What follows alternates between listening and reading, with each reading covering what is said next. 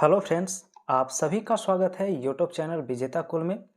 तो साथियों, इस वीडियो में हम बिहार सिविल कोर्ट प्यून के री एग्ज़ाम और बिहार एसएससी परिचारी परीक्षा के लिए हिंदी का महत्वपूर्ण क्वेश्चन डिस्कस करने वाले हैं। और प्रतिदिन आप सभी को हिंदी का टॉपिक डिस्कस करते हैं जो सीधा एग्ज़ाम में छपने वाला होता है।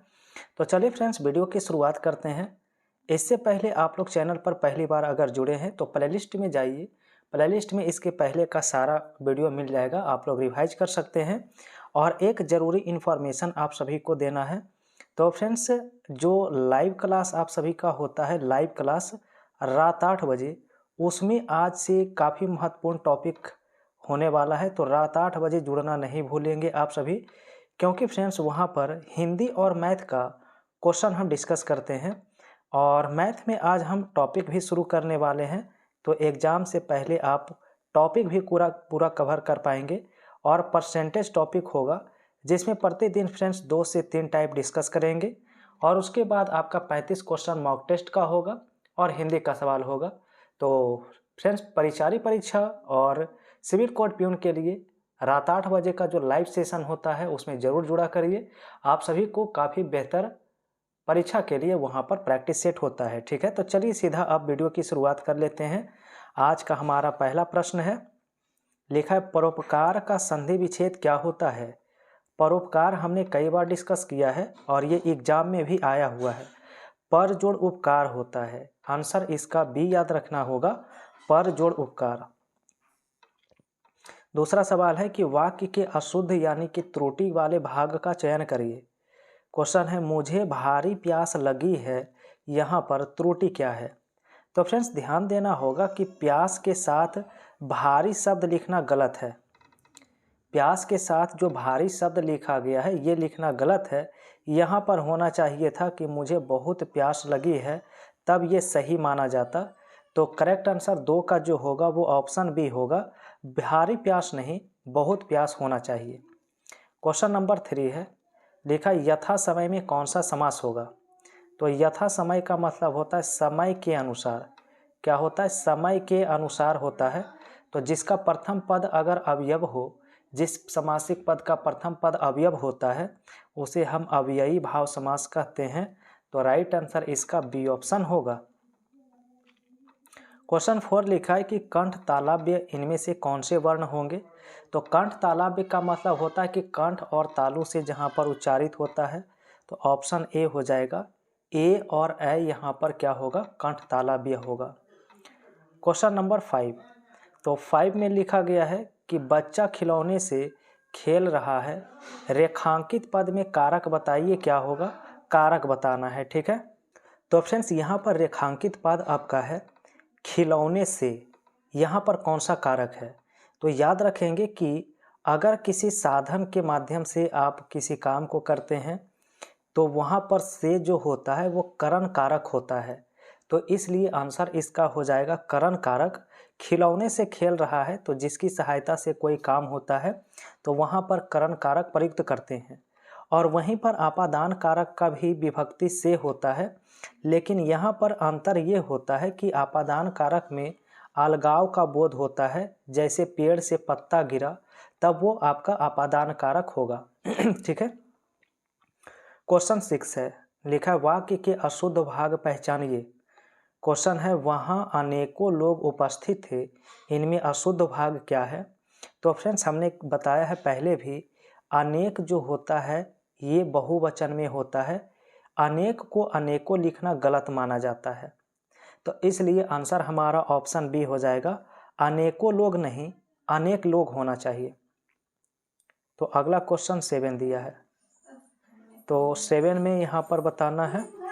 नेक्स्ट क्वेश्चन 7 दिया है, नेताजी ने कहा था तुम मुझे खून दो मैं तुम्हें आज़ादी दूंगा। इस वाक्य में कौन सा चिन्ह प्रयुक्त हुआ है।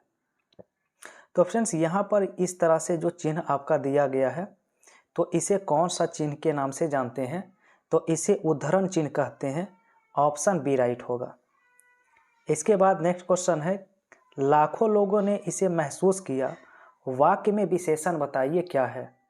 तो लाखों जो लिखा गया, लाखों यहाँ पर फ्रेंड्स संख्या को दर्शा रहा है। किसको दर्शा रहा है? संख्या को। अनिश्चयवाचक संख्या यानी अनिश्चय संख्यावाचक यहाँ पर है, तो आंसर डी हो जाएगा। लाखों यहाँ पर विशेषण है जो संख्यावाचक विशेषण के अंतर्गत आएगा। नेक्स्ट क्वेश्चन 9 दिया है, वह बहुत तेज भागता है, रेखांकित पद क्या है?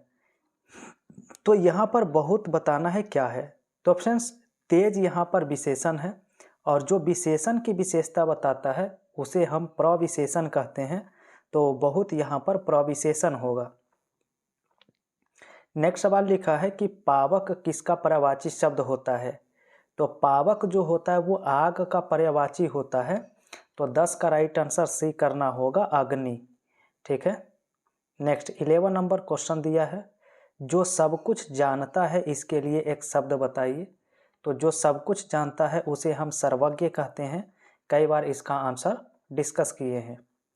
क्वेश्चन 12 है, लिखा है मेरी कलम पुरानी है, रेखांकित पद का लिंग निर्धारण करिए। कलम कौन सा लिंग होता है? तो कलम होता है स्त्रीलिंग। कौन सा होता है? स्त्रीलिंग होता है, ऑप्शन बी होगा। 13 में कहा है कि रिक्त स्थान की पूर्ति करिए। सफलता की प्राप्ति के लिए आवश्यक है, तो सफलता की प्राप्ति के लिए क्या आवश्यक कहा गया है? तो परिश्रम करना आवश्यक है, सफलता के लिए मेहनत करना आवश्यक है, बी ऑप्शन राइट होगा। नेक्स्ट लिखा है कि दिगंबर का संधि विच्छेद बताइए। तो दिगंबर का याद रखना है दिक जोड़ अंबर होता है और दिगंबर व्यंजन संधि के उदाहरण होते हैं। नेक्स्ट क्वेश्चन लिखा है हाथ मलना मुहावरे का अर्थ बताइए। तो हाथ मलना मतलब होता है पछताना, ऑप्शन बी होगा। अगला सवाल 16 दिया है, लिखा किस भाग में त्रुटि है? साहित्य और जीवन का घोर संबंध है, यहाँ पर त्रुटि किस पार्ट में है? तो याद रखना है कि जीवन और साहित्य का घोर नहीं बल्कि होना चाहिए था घनिष्ठ संबंध है, ये आपका बिल्कुल सही होगा, घनिष्ठ लिखना।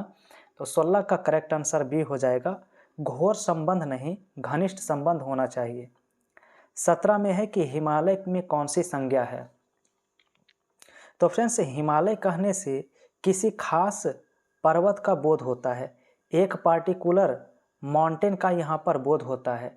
तो किसी खास व्यक्ति वस्तु या स्थान का अगर बोध होता है तो उसे हम व्यक्तिवाचक संज्ञा कहते हैं, ए ऑप्शन राइट होगा। 18 में लिखा है कि मृगनयनी में कौन सा समास है? तो मृगनयनी होता है कर्मधारय समास। क्या होता है? कर्मधारय, क्योंकि मृगनयनी होता है विशेष और विशेषण इसमें प्रयुक्त होता है। चलिए अगला क्वेश्चन 19 है, लिखा लंबोदर का समास बताइए। लंबा है उदर जिसका, अर्थात भगवान गणेश। तो यहाँ पर देखिए विशेष अर्थ को धारण किया है, इसलिए आंसर बहुब्रीहि हो जाएगा, बी ऑप्शन में। क्वेश्चन नंबर 20 और यहाँ पर लिखा है कि तुम किसे बुला रहे हो, रेखांकित पद में कौन सा सर्वनाम है? यानी किसे जो लिखा गया कौन सा सर्वनाम होगा? तो यहाँ पर प्रश्नवाचक होगा, क्योंकि किसे कहने से प्रश्न पूछने का काम किया जाता है। क्वेश्चन नेक्स्ट है 21, लिखा अंधों में काना राजा, इस श्लोक्ति का अर्थ क्या होता है? तो अंधों में काना राजा का मतलब है कि मूर्खों में थोड़ा ज्ञानी भी विद्वान माना जाता है। नेक्स्ट 22, लिखा है गायक में कौन सी संधि होती है? तो गायक का याद रखना है अयादि संधि। क्या होता है? अयादि संधि, और गय जोड़ अक इसका संधि विच्छेद होता है, तो ऑप्शन बी राइट होगा। अगला सवाल 23 है, लिखा है बुढ़ापा शब्द में संज्ञा बताइए। तो बुढ़ापा व्यक्ति की एक अवस्था है, तो अवस्था का बोध हो रहा है। बुढ़ापा को फ्रेंड्स महसूस किया जा सकता है, इसे टच नहीं कर सकते हैं, तो ये आपका भाववाचक संज्ञा कहलाता है, आंसर इसका सी होगा। ठीक है। अगला क्वेश्चन 24 है, लिखा है जो दायर मुकदमे का प्रतिवाद या बचाव करे उसे क्या कहते हैं? तो जो मुकदमे का बचाव करता है उसे प्रतिवादी कहते हैं, आंसर इसका डी होगा, प्रतिवादी। नेक्स्ट क्वेश्चन 25 नंबर सवाल है, लिखा है त्रुटि की पहचान करिए।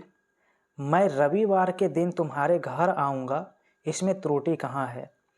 तो देखिए ध्यान रखना है कि रविवार अपने आप में दिन का एक नाम है, तो इसके साथ दिन लिखना बिल्कुल अनावश्यक माना जाएगा, इसलिए 25 का आंसर बी करना होगा।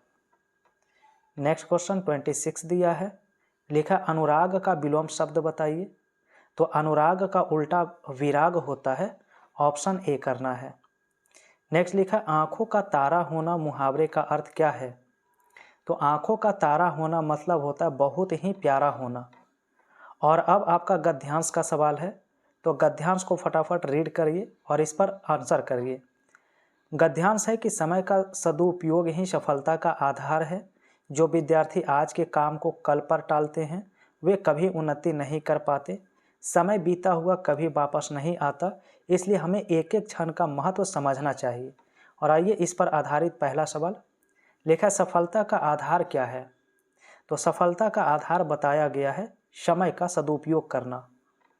29 में है कि कौन से विद्यार्थी उन्नति नहीं कर पाते हैं। तो जो काम को कल पर टालते हैं वो उन्नति नहीं कर पाते।